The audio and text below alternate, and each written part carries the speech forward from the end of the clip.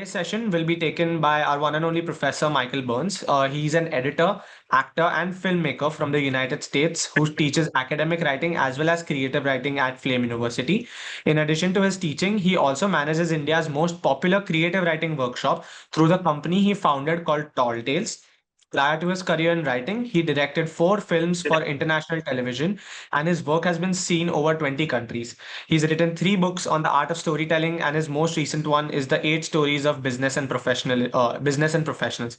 It's a real good pleasure to have you amongst us, sir, and I'm confident that the students will be feeling a lot more knowledgeable by the end of this session. Over to you. Thanks, Viraj. Thank you very much. So, Viraj, I'll be counting on you to let me know if my video goes out or if there's any hiccups or anything like that, because where I am is not the greatest connection. Okay.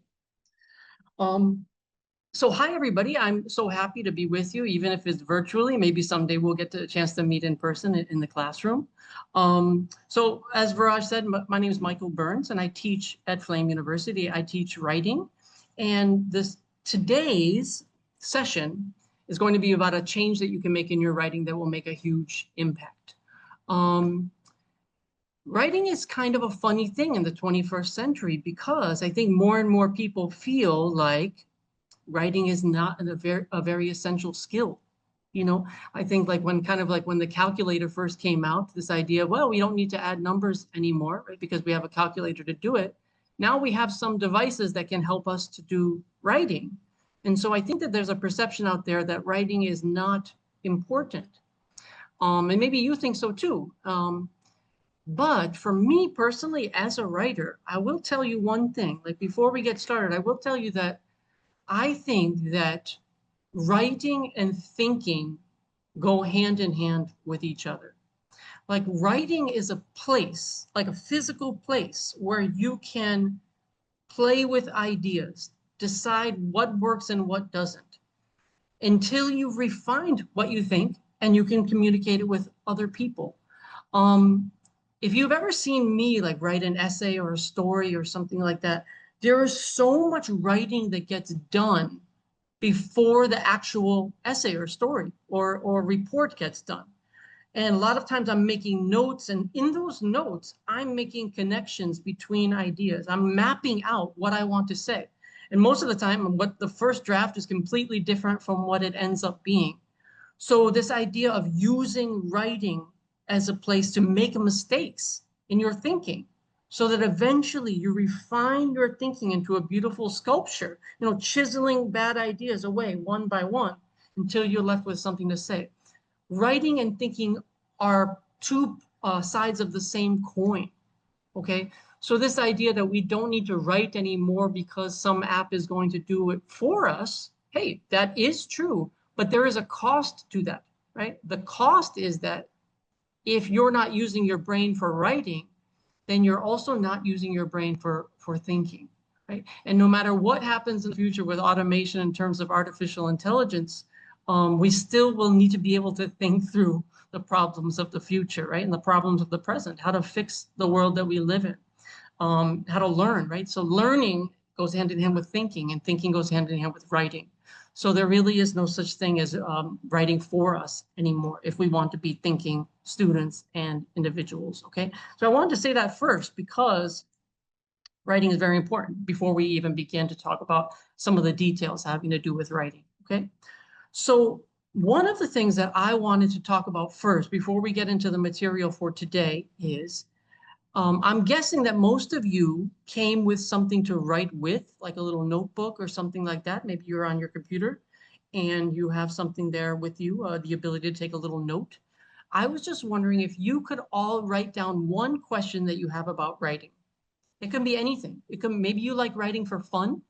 Maybe you want to be a writer someday professionally. Maybe you have a question about what the writing is like at the university level, at Flame and other universities.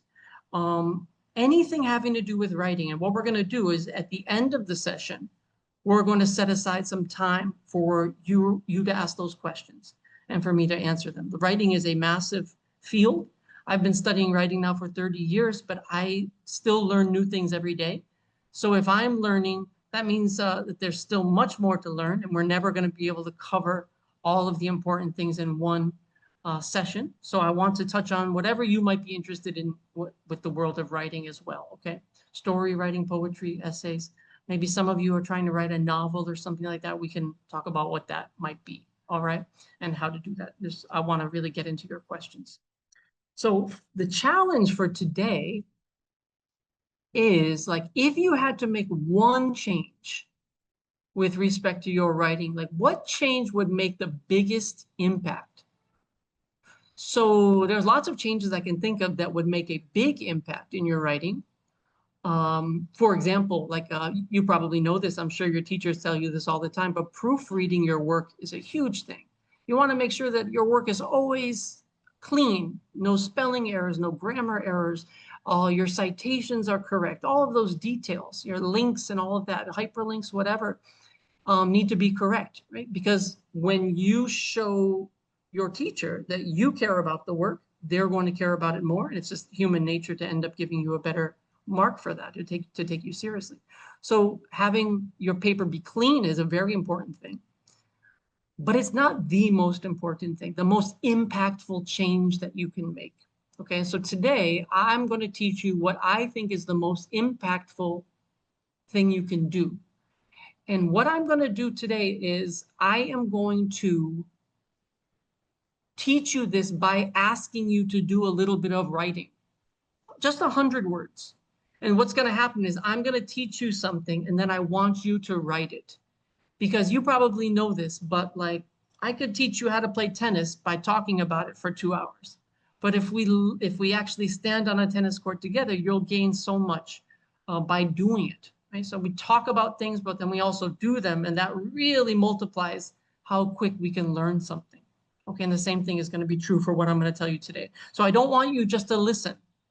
I want you, if you care about your writing and you want your writing to be better, I want you to practice this right on the spot. And so I'm going to give you time to do that as we go along. All right.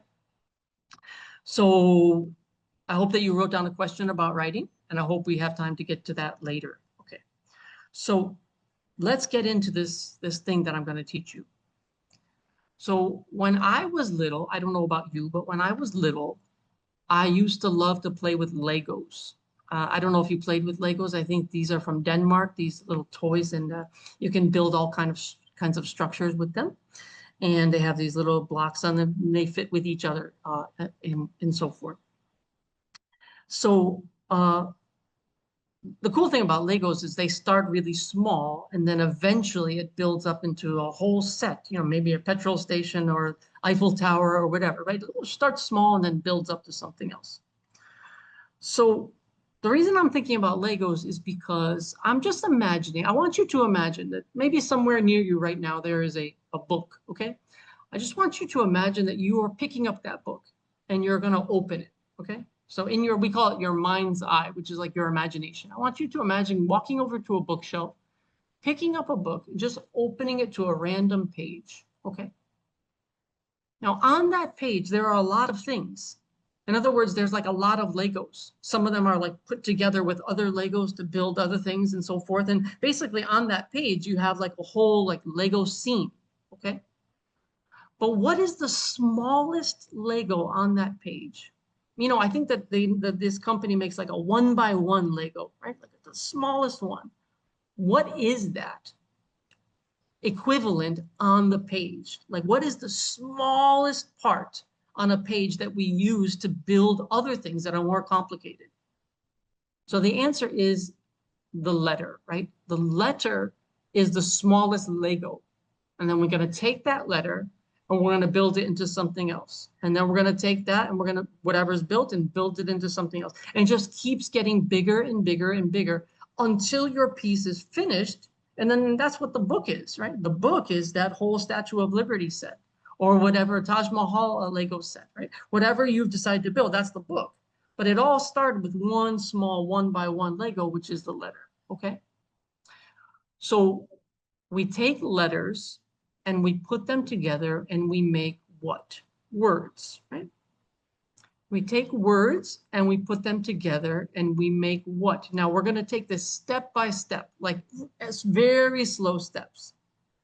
So we take words and we put them together one by one and we make phrases. Okay, phrases. We take phrases and we put them together and we get something called clauses. And we take clauses and we put them together and we get sentences. Okay? We take sentences and we put them together and we get something else. And this is the subject of our discussion today. What do you take sentences together and make? Okay. Now, everybody knows the word for this thing. I'm sure you're thinking of the same word I am, which is paragraph. Okay. But I will tell you, as someone who's been teaching writing for a long time, and I also have writing clients, which means I work with authors around the world for different things that they're working on, articles, blogs, novels, and things like that. I will tell you that very few people have any idea of what a paragraph actually is. Most people think that a paragraph is basically just like a collection of sentences. And when it gets long enough, we kind of just start a new paragraph and move on to another collection of sentences. I've heard that. I've heard other explanations too, but like I'll give you an example. When I was 8 years old, I was in fourth grade in the US, where I'm from. And my teacher, I remember this lesson very clearly. My teacher said, when you put sentences together in writing, you make something called a paragraph. And we all wrote it down. And she said, the way that a paragraph works is when you are writing about a topic, you use a paragraph. And when you change topics, you change paragraphs. Okay, this is what our teacher told us. Now, when I was 8, that seemed perfectly reasonable. Seemed like a perfectly fine thing to say. But as I got older, I started to think about that more and more. And I realized that there was a little bit of a hole in that thinking. So let me put it this way. Imagine if I get an assignment from a teacher that says, I want you to write 800 words about wildlife in Madagascar. Okay, Madagascar is this island off the coast of Africa. My teacher says, I want you to write 800 words about wildlife in Madagascar. So what is the topic of my piece? The topic of my 800 word piece is wildlife in Madagascar, right? So if I go back to fourth grade, 8 years old, if I have a topic, that means that the topic doesn't change. So my whole piece is going to be one paragraph. But yet we know that's not going to happen, right? At some point in an 800 word piece, I'm going to change paragraphs. So why? If the topic is still the same, why would I change paragraphs?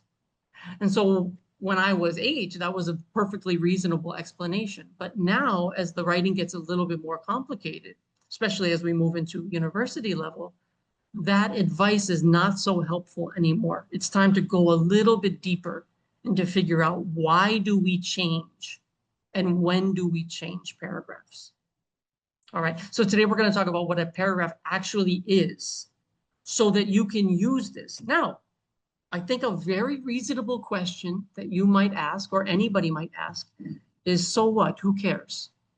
Why do I have to form my work into paragraphs at all?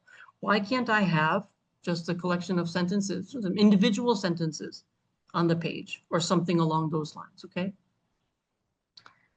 And here's why. Have you ever heard the expression in life, like, it's not what you say that matters, but how you say it? And the same thing is true for writing. It's not always what you write, but how you write it. What that means is the way that something is delivered changes the impact of that thing that's being delivered. So the manner in which it is delivered. So paragraphs are basically the way writing is delivered in the most effective way. Okay. So just like it's not what we say, but how we say it. What we say is important, but how we say it also determines what we say. The same thing is true with writing. The how is just as important as the what. Some people say the how is even more important than the what. So paragraphs are our pieces. It's like a puzzle, like we're making a puzzle. The paragraphs are the pieces. And that allows us to connect one idea to the next and eventually serve that idea to the reader. Okay, so that's why it's important. It's not important because I told you so or because a textbook says write in paragraphs. It's important because paragraphs are how you serve the meal, okay, course by course, right? You don't put one pea on somebody's plate and then another pea on somebody's plate and then another one, right? We give courses. Try this, try this, try this, try this, right? All of those puzzle pieces are the paragraphs, okay? So today we're going to learn actually how to write a paragraph. And sometimes that means when we learn something, sometimes it means kind of unlearning something that we've learned before, all right? So I'm going to teach you the system that I created about 6 years ago. And like I said at the beginning of this workshop, you shouldn't believe me just based on the words I'm saying. You should try it yourself, both here in the workshop and then after, okay? So my thesis, my proposal to you is that writing strong paragraphs is the most important, most impactful change that you can make in your writing. The other reason why it's so important is because at the university level, when you do writing, 90% of your writing is going to be in paragraph form. You probably know this already, but sometimes you do, sometimes in high school, you do kind of creative writing like poetry or even maybe like a social media caption or maybe like a limerick, you know, some non-paragraph type of writing. That happens every once in a while, even at university. But 90% of the writing you will do at the university will be based on paragraph writing because you'll be writing reports, essays, things along these lines, sometimes stories. So articles, right? All of these things are built on paragraphs. So that's why we have to learn this because our university is going to be demanding paragraphs from us. So let's learn how to do them, okay? Um, so whenever I am trying to learn something or just kind of toy with an idea, okay? I always do this thing where I try to like push it to the extremes on all sides before I find a happy medium. Let me give you an example. So let's say that I'm learning to play the piano, okay? And I say to myself, okay, so what would happen if I practice the piano for 6 hours a day? What would happen? I say, okay. And then I say, what would happen? Let's go to the other extreme. What would happen if I practice piano for 0 hours a day? What would happen? Right? And when we look at those extremes, we can identify reasons why neither of those are good, right? So let's take the easy one. If I practice for 0 hours a day, I would never learn the piano, right? If I practice for 6 hours a day, I might end up sacrificing other things that I really enjoy, and then piano would not be a happy time for me, but it would just be like kind of a laborious thing, right? Something that I don't actually enjoy because I'm giving up something else. So too much, overkill, right? So let's apply that same type of logic to paragraph writing, okay? So can you, in your writing, can you have a paragraph with 50 sentences? I want you to think about this. Can you have a paragraph with 50 sentences? I'll make it easier for you. Can you have a paragraph with 500 sentences? Let's add a zero onto that. Can you have a paragraph with 500 sentences? Now, the answer might surprise you. The answer is yes. Okay, it doesn't. Now, you might say, I don't understand. How do you do that? I didn't ask you whether you should. I asked you whether you can, right? Of course, you can have a paragraph with 1,000,000 sentences. But as writers, we have to ask ourselves, what would be the consequences of us having a paragraph with 1,000,000 sentences? In other words, the entire book is going to be one paragraph, or the entire article, or the entire essay, or story, one paragraph. What would be the consequence for the reader? Now, if you're trying to imagine this, I just want you, remember I asked you at the beginning to just imagine going off the shelf and picking a random book? I want you to do that again, but this time when you take the imaginary book and open it, I want you to look at both pages and see this block of text, right? Full block of text on both sides, right? Like a full wall of text, right?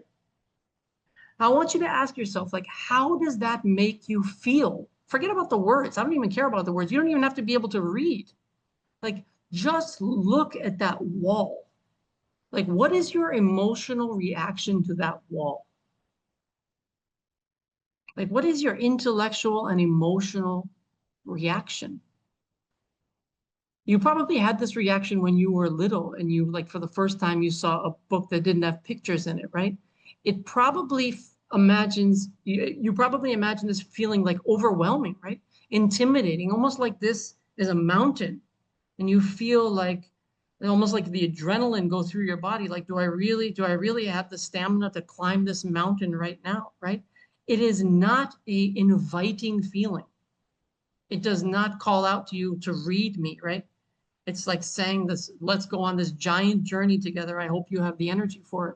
And most of the time we don't have the energy for it. We don't feel invited. And what happens is the reader doesn't even read it. Okay, so let me recap what's happening here. In writing, there are no like hard and fast rules. We don't have like rules in writing. We just have something called conventions and expectations, okay? The way things are done, meaning the way that we are used to seeing them done. Can you have an article, a book, a novel with one paragraph? Yes. But the consequences of having that are so high that the reader might not want to read it. In fact, most of the time the reader won't want to read it, which is the worst possible thing that can happen for a writer. Imagine if you take all this time to write something, but you present it in a way that the other person won't even begin to read, right? So this is a disaster. So that is the reason why the giant paragraph, 50 sentences, 100 sentences, 500 sentences, that's the reason why that paragraph doesn't work. Not because it's against the rules, but because the consequences are too high. Okay, so that's like practicing piano 6 hours a day. Let's swing all the way to the other one, which is, can you have a one sentence paragraph in your writing? I want you to think about this. Can you have a one sentence paragraph in your writing?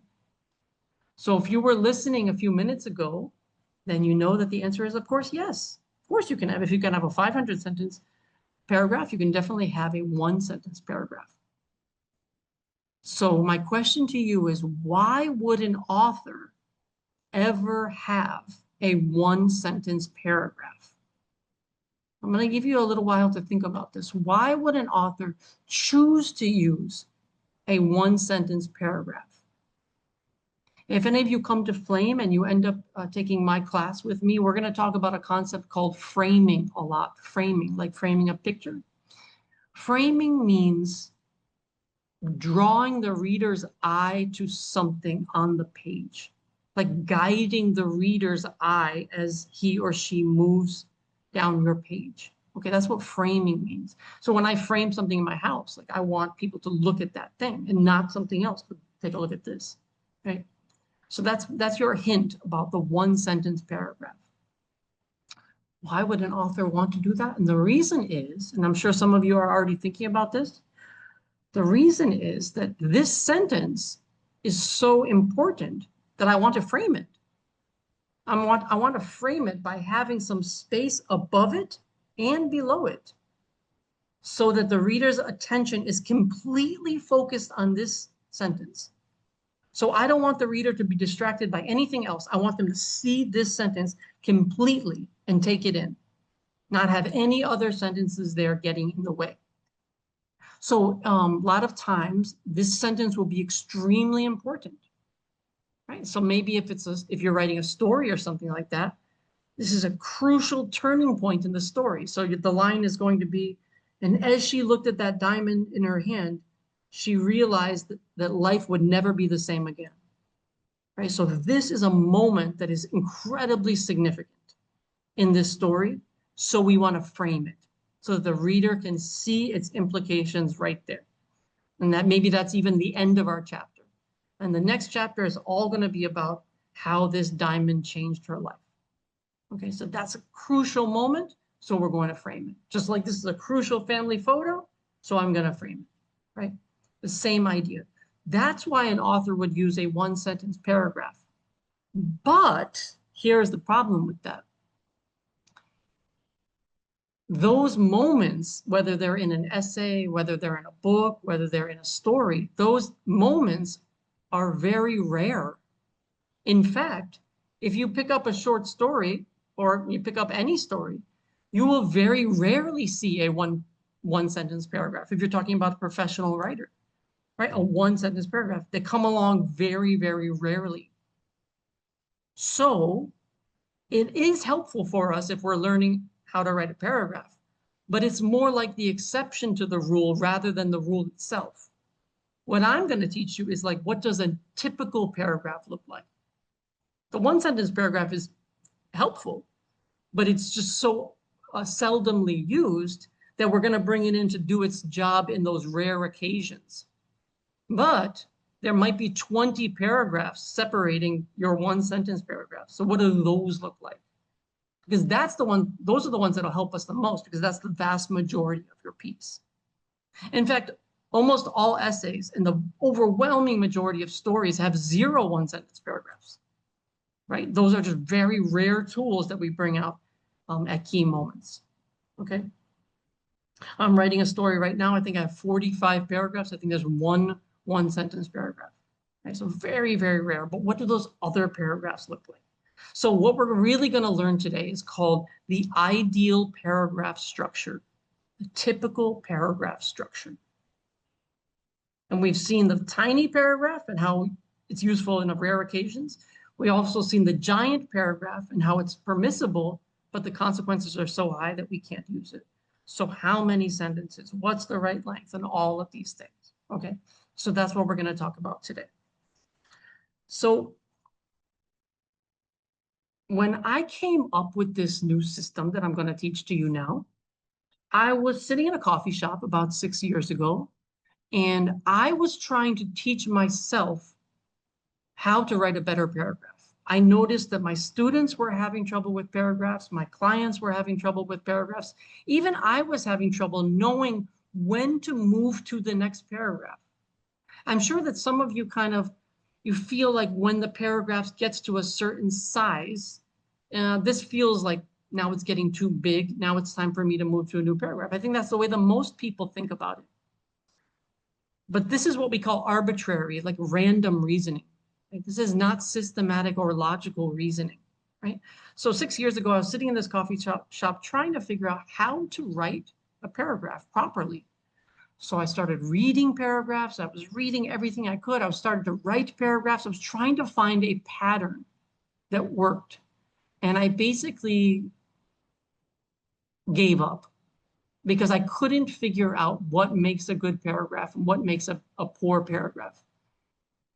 So right before I gave up, I gave it one last shot. And I said to myself, okay, I'm just going to pick some random job, okay? Now, I want you to do exactly what I did. Okay, I want you to write down on the page in front of you, or if you're using your computer, I want you to open up a word processing program, and I want you to write down any random occupation. So it can be a dog walker, can be a race car driver, can be an astronaut, can be whatever you want, some random occupation, any job. Chef, doesn't matter what the job is. As long as it's something specific, like if you pick teacher or businesswoman, give them a specific thing. So many jobs out there, okay? Should think of any job, because this is exactly what I did. And we're going to kind of like retrace the steps that I took.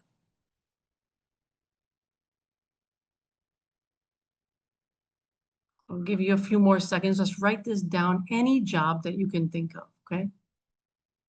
Okay, so the job that I picked, and maybe some of you picked, was an archaeologist. When I was little, I liked to watch these Indiana Jones movies. And so maybe I was thinking about an archaeologist, okay? So I wrote a paragraph about an archaeologist. Okay. I wrote this paragraph. And just to try to figure out like what makes a good paragraph. So I wrote this thing and I started looking at this paragraph. I started looking at it for the meaning, but I also started to look at it for the structure. In other words, meaning aside, like how was this paragraph built? And the more I looked at it, the more I realized two things. The first thing I realized is that this paragraph had three parts to it. Like there were like three, like a song sometimes has like an opening, a melody, and like a bridge or something like that, right? So this paragraph had three parts to it. Okay. The other thing that I noticed about this paragraph is that when you understand those three parts, you can use this structure for any paragraph, not a paragraph about a job. It can be for an essay, it can be for a story, it can be for an email.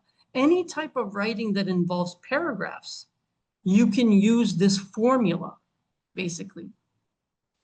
So like that was a really big moment for me because I realized I wasn't just analyzing one paragraph. I was finding the universal structure for all paragraphs. Okay, so what I'm going to do is I'm going to teach you what I observed from each of those. And then we're going to do like an example together verbally so you can see what that means. All right. So back when I was in fourth grade, 8 years old, when my teacher was teaching us about paragraphs, she said that the first sentence of every paragraph should be something called the topic sentence, like introducing your topic. Then for 8-year-old brain, that was fine. But we just learned before that if your topic is the same, then under her logic, your piece should be one giant paragraph, right? So I'm going to set aside topic sentence for a second because I actually don't think it's so helpful anymore. I'm going to put a new term for the first sentence of a paragraph. The new term is the first thing that an archaeologist does. Now, an archaeologist, she has all of her gear. She has her GPS and her tools and all that stuff. And what's the first thing that she does? What's the first thing that I wrote in that paragraph about the archaeologist? I said that the first thing that she does is to arrive at the scene. You know, X marks the spot. She arrives at the spot. Okay? So the first part, the first sentence of every paragraph is something called the arrival. And the arrival is the first sentence. Okay? Now, for the archaeologist, the arrival means arriving at the place where she's going to do her thing. But I told you that this structure that starts with arrival works for every paragraph, no matter what. So let me explain how that works. Arrivals come in two flavors. So all arrivals, all first sentences of paragraphs come in only two flavors, one or the other, that's it. And the first one is called a physical arrival, just like the archaeologist. She walked towards the spot marked with an X, right? Why is that a physical arrival? Because she's actually physically walking. Okay, I want you to try to think of another physical arrival that could start a paragraph. The rocket landed on Mars. Physical arrival. Why? Because of something physically is happening, right? He kicked the ball into the goal. Why is that an arrival? Because something is physically happening, right? The frog sat on the pond waiting for the fly to come by. Physically sitting there, right? Physically there. Does that make sense? Physical arrival. The green flag was flapped and the driver drove through it to start the race, right? Physical arrival. Okay, the other one, like I told you before, there's only two. The other one is called a mental arrival, where nothing is physically happening in the sentence. So I want to give you a minute to try to think of a mental arrival.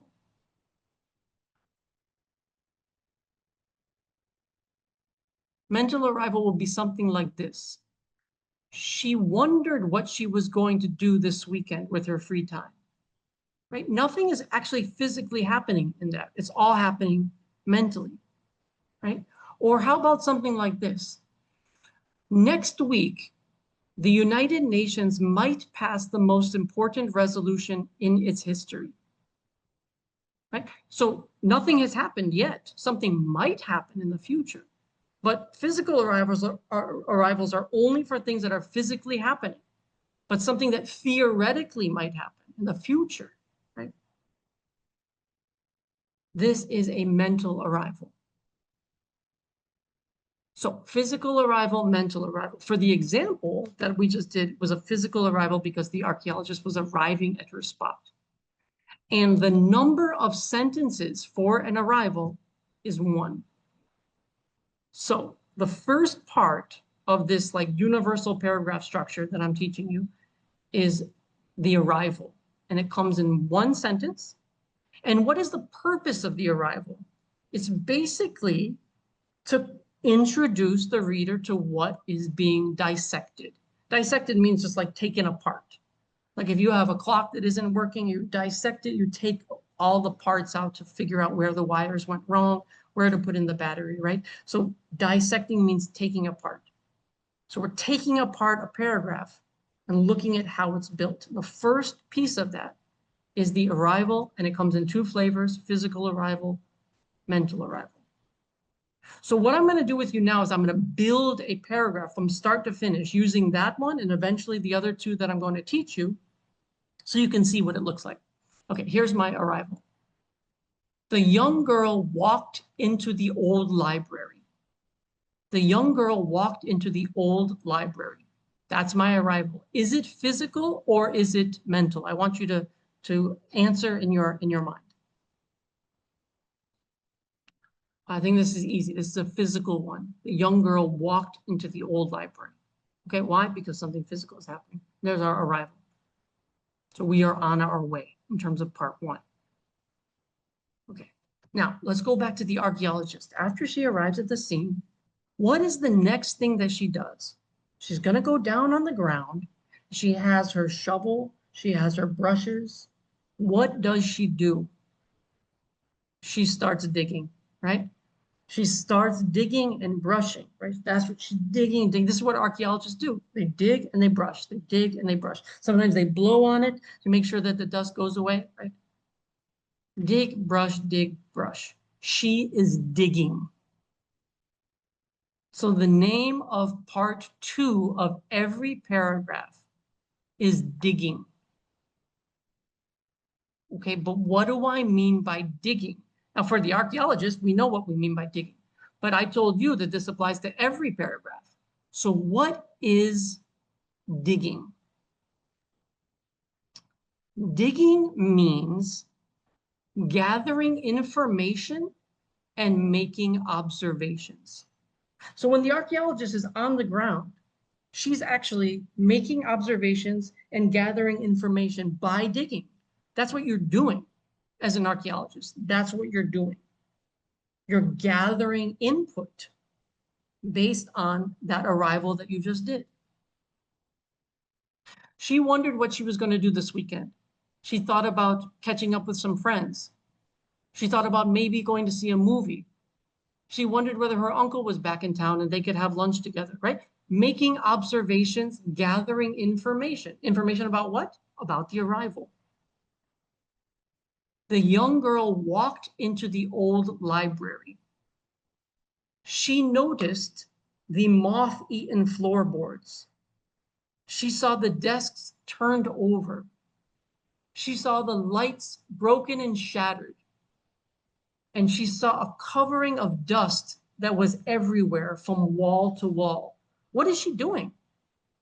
She's literally standing in the library, looking around, making observations, gathering information.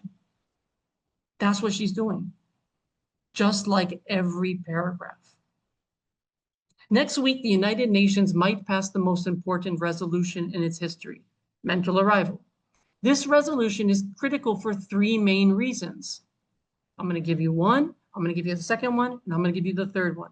What are those things? 1, 2, 3. Information. Information about what? About how significant this resolution is. Every paragraph you can think of.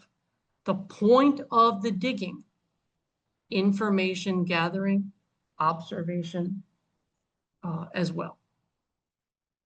Okay, making observations, gathering information. I hope this makes sense to you. Now, the number of sentences for digging is a range. It cannot be fixed just like the arrival, because we don't know how many brush strokes is going to take before the archaeologist gets somewhere. Could take 2, could take 6, could take 4, could take 5. So we have to create a range. Okay? And the range is 2 to 6 sentences. That means that the digging should always be 2 to 6 sentences long. So if a student has taken my course and they know how to write a paragraph, and I look at the middle of the paragraph, I automatically know that I'm looking at information gathering and observation making, because it's the digging section of the paragraph.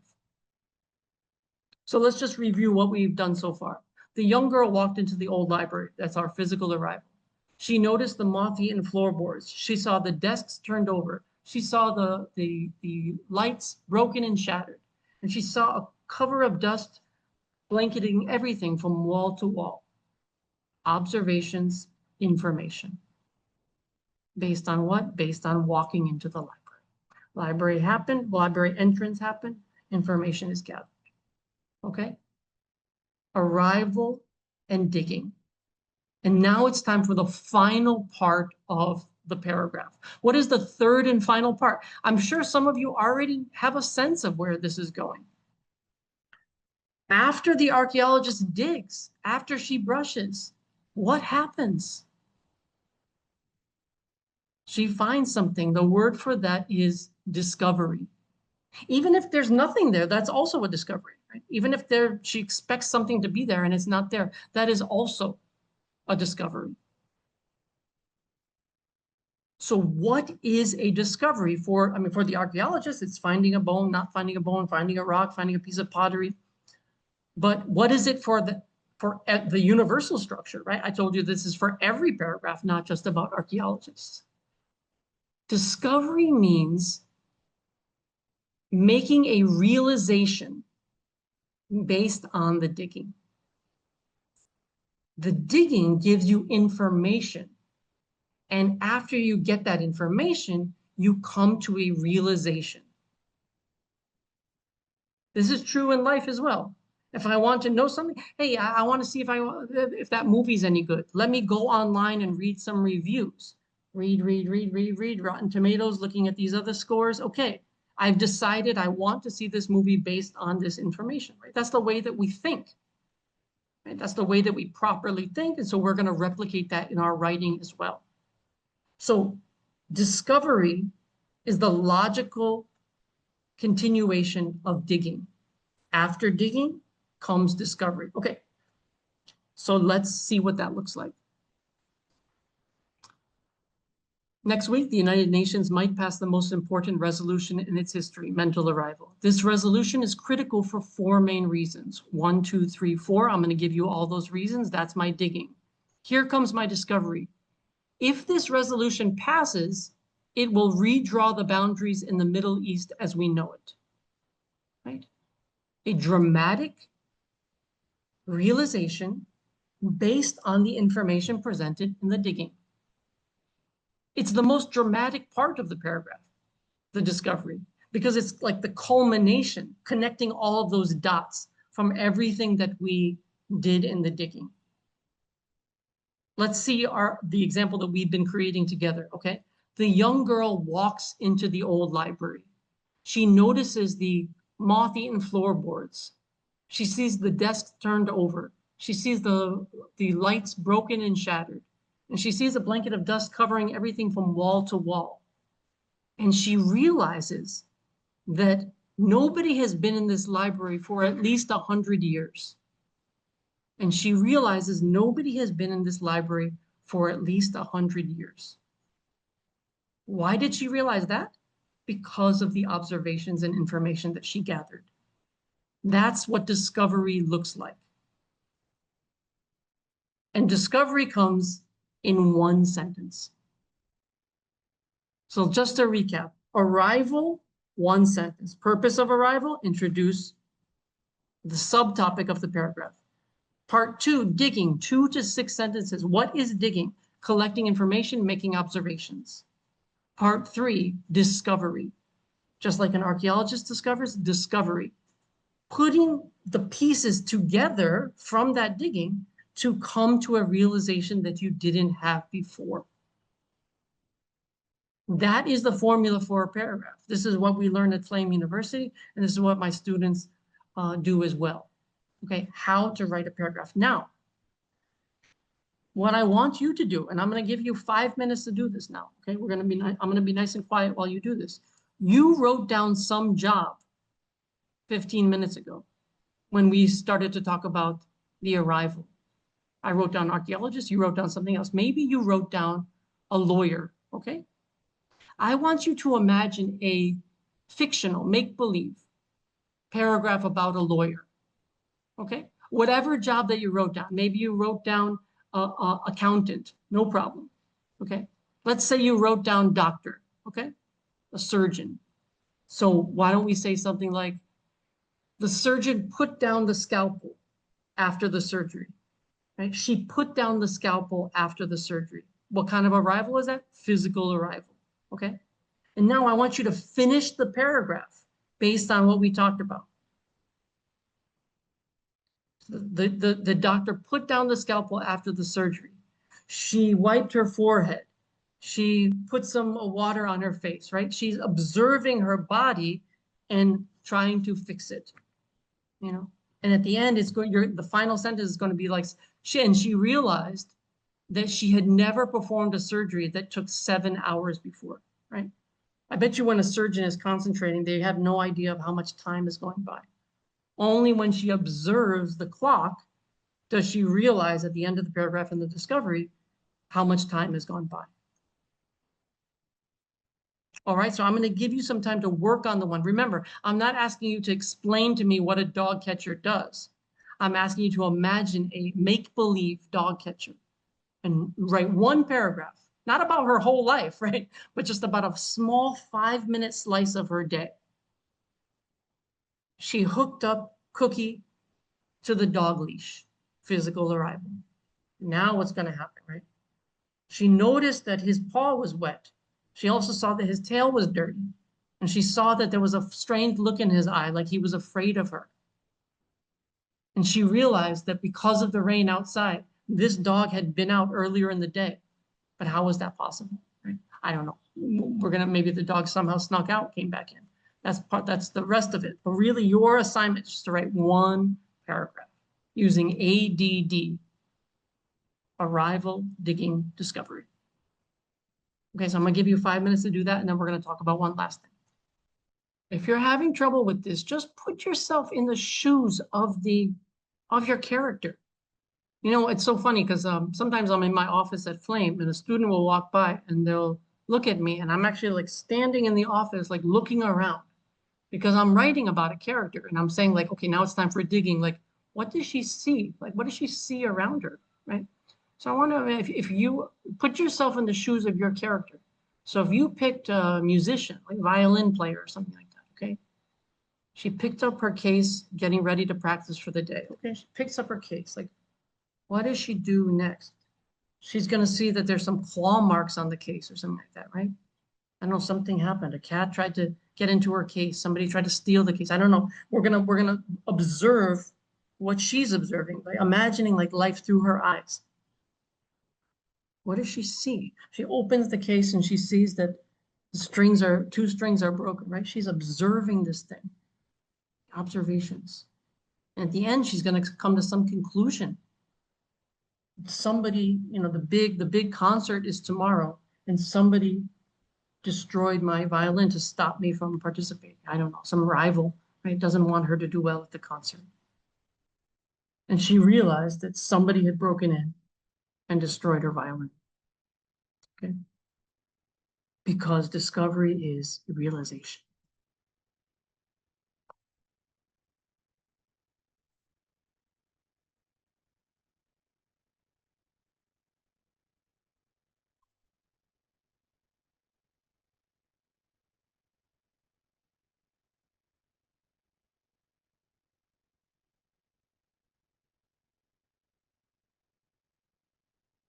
Okay, take one more minute.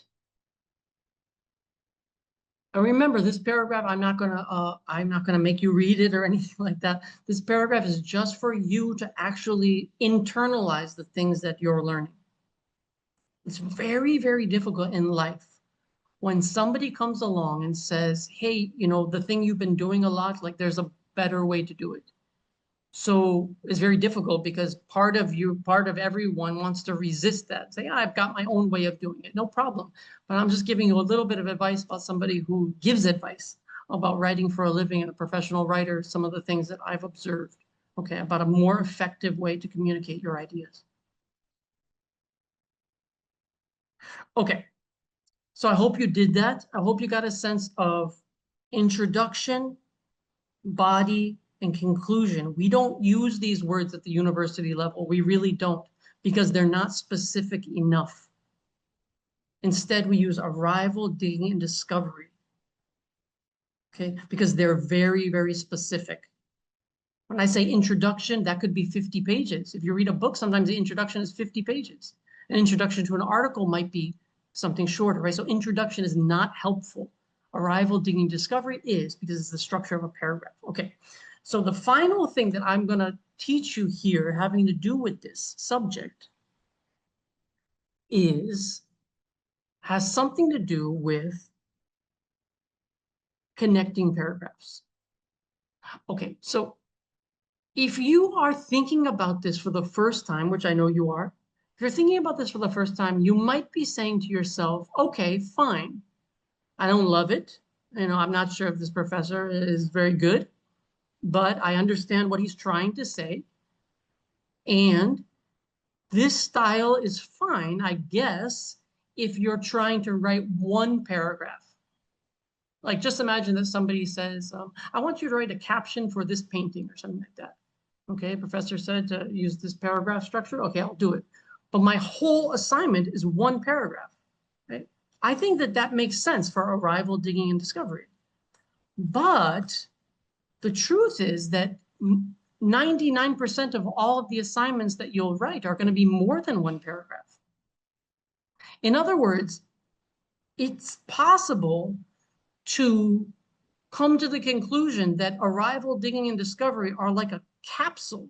Like it treats each paragraph like its own separate essay or separate story, right? How do we prevent that from happening? Because we're not talking about separation.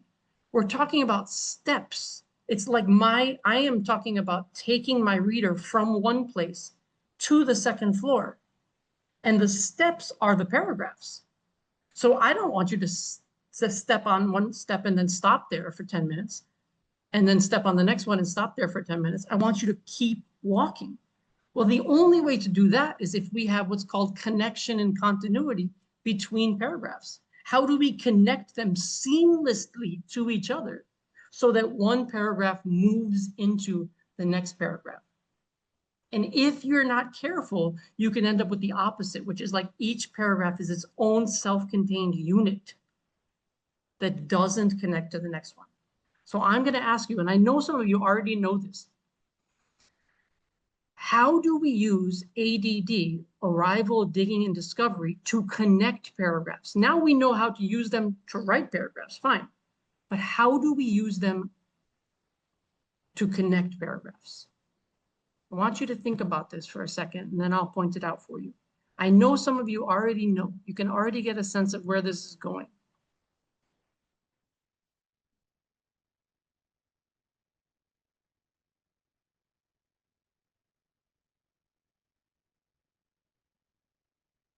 So the way we do this is that the discovery of paragraph 1 gets reformatted as the arrival of paragraph 2.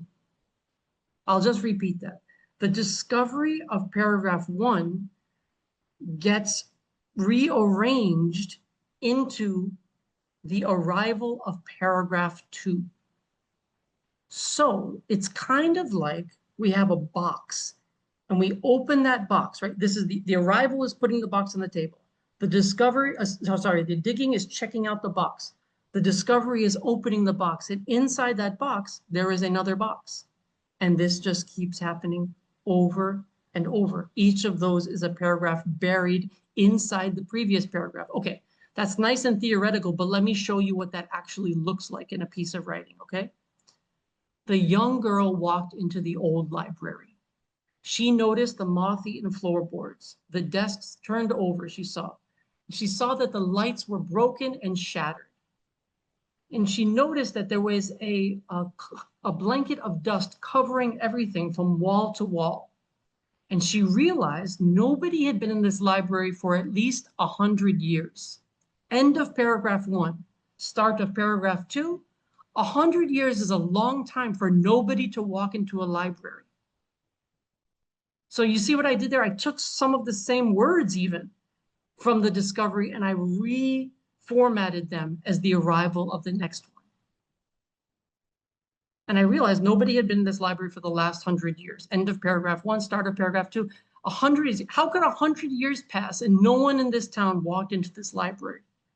Right? We're going to find out later in the story that she's the only one who can see the library and all this. The adventure is going to take off from there, right? But that's a whole different set of paragraphs later on. So that's the thread that connects them. The discovery of one is unpacked as the arrival of the next one. So it's almost like the discovery is the new arrival. And then that pattern keeps happening over and over and over again. So that is in a nutshell. I mean, there are some more details that are important. And if you come to Flame, we'll have a lot more time to talk about them. But those are basically the broad outlines of this paragraph structure called the universal paragraph structure. And it is anchored. The three key components of this are A, D, D. A being one sentence, digging being 2 to 6, and discovery being 1, which gives you a paragraph size. In other words, how big should a paragraph be? If we add up all of those pieces, we find 4 to 8 sentences. 4 to 8 sentences becomes your ideal paragraph size. And remember, right at the very beginning, an hour ago, I said to you that if you open up a book and you look at it and it has a wall of text, this is not a very inviting presentation. This does not call out to you, please read me, right?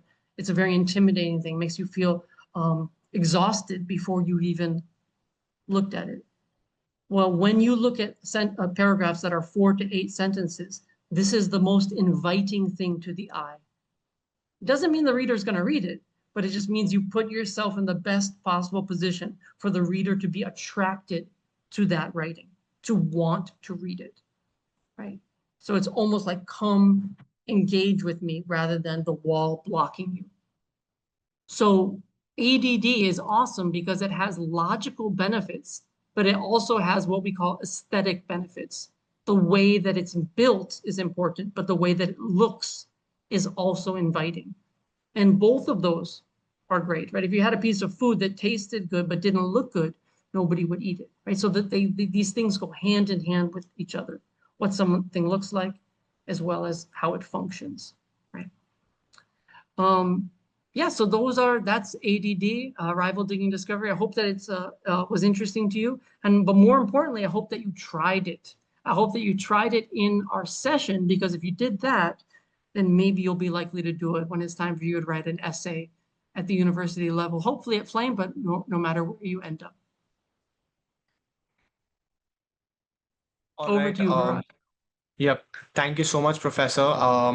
To be very honest, I was just here to moderate the session, but it was actually very insightful as a third year university student who is not even pursuing a career or any kind of thing in terms of creative writing. And yeah, it was very insightful for me. Even I took some notes myself because some of the points you made were actually very, very important, not only in terms of academic writing or something like that, but just in understanding the concept of attention to detail more than anything.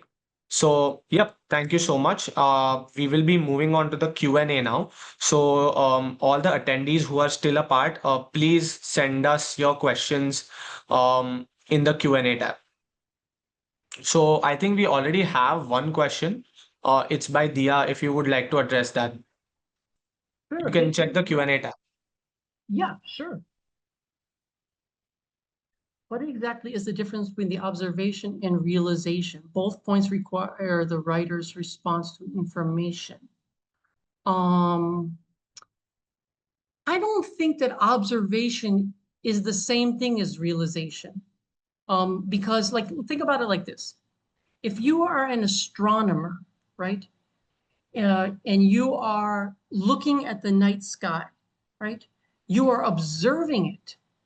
And you can't draw conclusions about what you see until you look at it closely, right? A lot of you sometimes they see a comet in the sky and then they will analyze the Doppler effect to see whether it's moving towards the Earth or away from the Earth or something like that, right?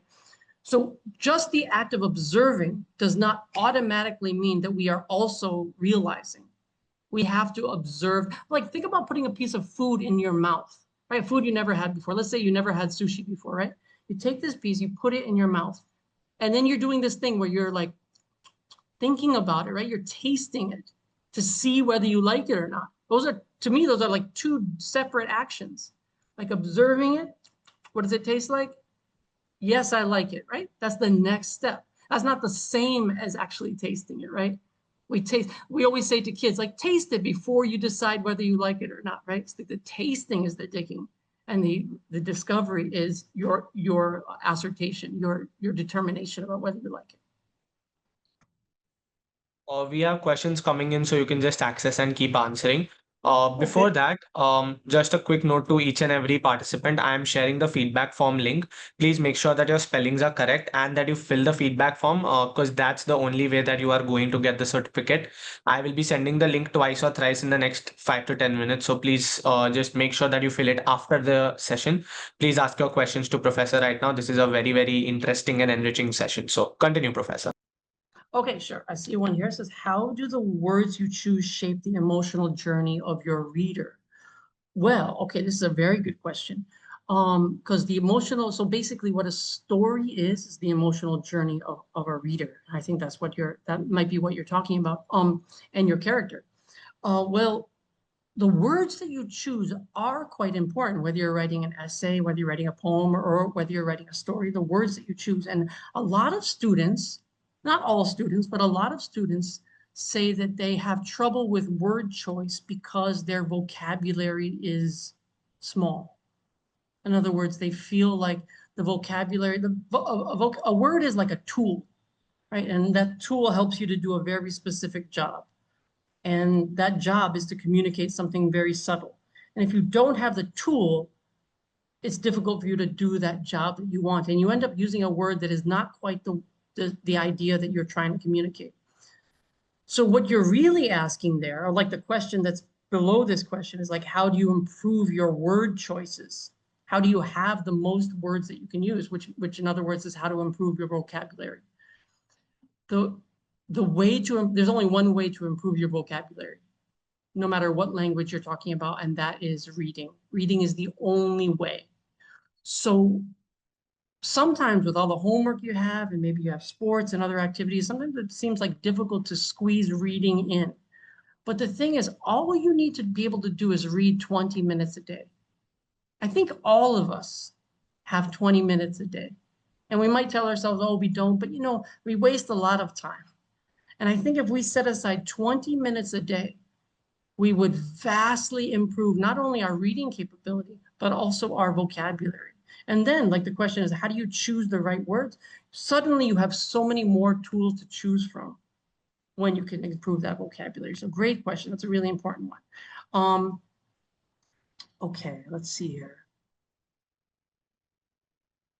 Yes, Pratham asked this question. If we have a 500 sentence paragraph, then it seems like the readers won't like that. It's not so much about liking.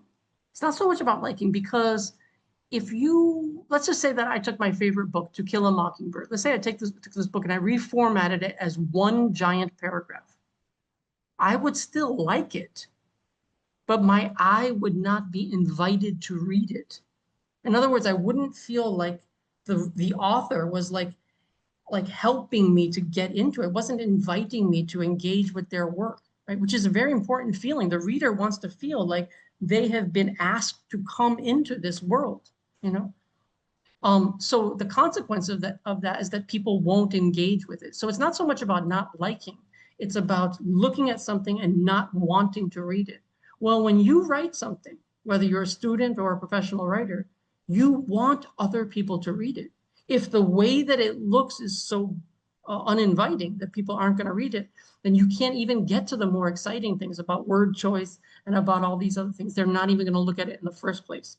So you're right that there is a problem with 500 sentence paragraphs. It's not so much about liking, it's about the visual representation of something that looks inviting versus something that looks what we call off-putting. Okay. Okay, great. One question, I don't understand this word sonder is subconscious. Not sure what that means. A situation where essays have to be written within a stipulated period of time. How to come up with ideas quickly. Okay, so this is great. There's a question here about how to write quickly. Like sometimes you have a test and you have to write quickly. And you don't have time to like really think about the best way to use this and that and that. Okay, I'll tell you two things about this. One is that I don't know if any of you ride a cycle. I'm guessing maybe half of you know how to ride a cycle.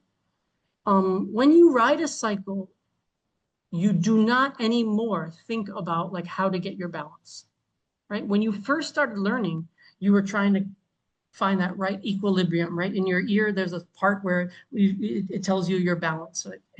And you struggled to find that. But once you found it, you could just jump on a cycle and go, right? The same thing happens with ADD. My students ask me all the time, do you think about ADD when you write? And the answer is sometimes, but most of the time, it's automatic now. Like I've been writing in that way so much that it's just automatic. So I don't really have to sit down and say, okay, what's my A going to be? What's my D going to be? And what's my other D going to be? I don't have to spend time doing that, especially if my time is limited. I can just get right into it.